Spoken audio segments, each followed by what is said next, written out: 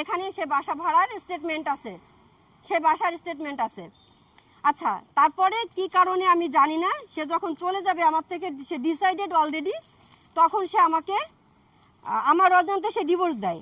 আমি জানি না ডিভোর্সটা পায় নাই, সে ডিভোর্সটা দিয়েছে 3/11/2024 সে ডিভোর্স দিয়েছে। ভালো কথা, ডিভোর্স দিয়েছে।